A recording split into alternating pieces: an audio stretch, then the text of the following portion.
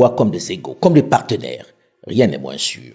Je suis persuadé que dans quelques années, je ne sais pas si c'est 10 ans ou moins ou plus, nous aurons l'obligation de retourner aider ces pays africains. C'est clair, non? De la bouche d'un officier supérieur de ce rang, le doute est levé quant au projet que l'Europe prépare pour l'Afrique. Il faut recoloniser. Et les délais sont même déjà presque arrêtés. Il faut retourner sur le continent pour défendre leurs intérêts, y compris par le déploiement de leurs armées. Ceci traduit le niveau de considération qu'ils ont pour notre indépendance. Et cette pensée est loin d'être isolée. Elle est largement partagée par les grandes puissances qui voient l'Afrique au mieux comme un marché ou une zone d'influence. At the end of the day, it is critical for the U.S. to have a footprint on the continent. Even a little goes a long way. The same can be said of U.S. business investments. Africa is of vital strategic importance to the United States. We can't let China or Russia become the preferred security or business partner.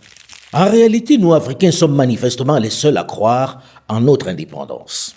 Nos pays sont trop petits sur la scène mondiale. Quand j'étais en visite officielle à Pékin, j'étais sur la place rouge avec le chef d'État chinois. L'armée défilait de façon impeccable. On a joué l'hymne national de Côte d'Ivoire. J'étais fier comme un coq. Et on a joué l'hymne national chinois. Mais je me suis dit, ils m'ont eu. Parce qu'ils doivent rigoler. Nous, on avait presque 20 millions d'habitants.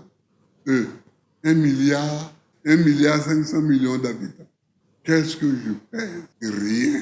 Nous ne pouvons pas imaginer avoir à nos portes un continent entier qui est en train de s'enfoncer dans la destruction des appareils de gouvernement et des États, s'enfonce dans une forme de chaos, de guerre civile dans beaucoup de pays et de plus en plus de pays, dans des difficultés qui sont liées aux évolutions climatiques, qui sont encore plus dramatiques sur des populations vulnérables comme les populations africaines.